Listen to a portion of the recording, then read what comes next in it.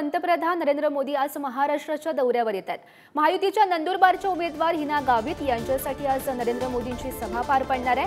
मुख्यमंत्री एकनाथ शिंदे, उपमुख्यमंत्री देवेंद्र फडणवीस यांची प्रमुख उपस्थिती असेल। नंदुरबारमधील स्वामी समर्थ केंद्र मैदानात सकाळी 11 वाजता या सभेचं आयोजन करण्यात आलं आहे। तर महत्त्वाचा त्यांचा हा दौरा म्हणावा लागेल।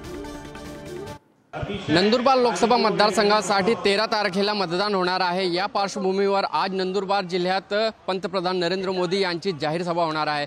सभेसाठी जय्यत अशी तयारी करण्यात आली आहे। तसेच पोलीस बंदोबस्त देखील मोठा तैनात करण्यात आला आहे। नंदुरबार जिल्हा हा आदिवासी जिल्हा असून महाविकास आघाडीकडनं जे प्रचार केला जात आहे की पंतप्रधान हे तिसऱ्यांदा सत्तेत आले किंवा भाजप सत्तेत आली तर हे संविधान बदलतील आणि आदिवासींचा जो आरक्षण आहे त्याच्यात देखील हस्तक्षेप करतील असा आरोप केला जात आहे। म्हणून आज पंतप्रधान नंदुरबार जिल्ह्यात येत आहेत। महायुतीचे जे उमेदवार आहेत डॉक्टर हिना गावित यांच्या प्रचारासाठी पंतप्रधान येथे येत आहेत आणि नेमका आदिवासी बांधवांना पंतप्रधान कुठली गॅरंटी देणार आरक्षणाबाबत हे पाहणं महत्त्वाचे ठरणार आहे।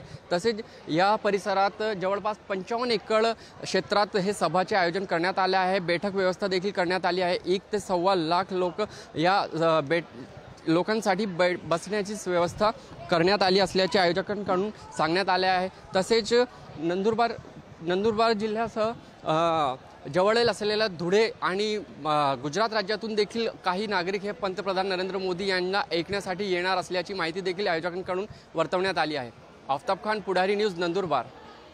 देशाचे पंतप्रधान नरेंद्र मोदी हे अवघ्या काही तासात नंदुरबार जिल्ह्यात येणार आहेत आणि त्यांच्या सभेसाठी जय्यत तयारी करण्यात आली आहे। आपण पाहू शकता सकाळपासूनच कार्यकर्ते जे आहेत ते जमलेले आहेत। मोठ्या संख्येने महिला देखील या सभेसाठी आल्या आहेत। आपण जाणून घेऊया महिलांमध्ये कसं उत्साहाचं वातावरण आहे। महिलांमध्ये एवढं उत्साहाचं वातावरण आहे की आजच वोटिंग झालं तर आम्ही हिनाताईला मत देऊ, कारण मोदी सरकारने महिलांसाठी एवढे उपक्रम राबवलेले आहेत। तर महिलांचा नवरा काँग्रेस पक्षात असेल इतर पक्षात असेल तरी त्यांचं मत कमळालाच जाणार आहे। आणि या मोदी सरकारने आम्हाला एवढ्या योजना दिल्या। आमच्या नळाला पाणी नव्हतं, त्याला पाणी आलं। आम्हाला घर नव्हतं राहायला, आम्हाला हक्काचं घर मिळालं। म्हणून आम्हाला घराच्या बाहेर कोणी काढू शकणार नाही। आमच्या घरामध्ये सिलेंडरचे भाव कमी झाल्याने आम्ही गॅसवर स्वयंपाक करायला लागलो। ज्यांच्या घरात गॅस नव्हता त्यांना मोदीजींनी उज्ज्वला गॅस योजना आणून दिली। खूप मोठ्या संख्येने इथं जनसमुदाय येतोय आणि मोदी साहेब त्यांची एक झलक बघण्यासाठी अवघ्या संपूर्ण देशामध्ये विश्वगुरू मानले जाणारे आमचे मोदी साहेब त्यांची एक झलक बघण्यासाठी नक्कीच एवढा मोठा फरक पडणार आहे।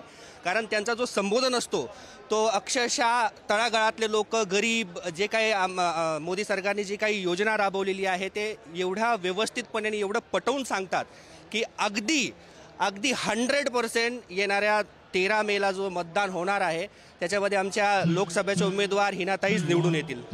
व्हिडिओ जर्नलिस्ट जयेश साबळेसह आफ्ताब खान, पुढारी न्यूज, नंदुरबार।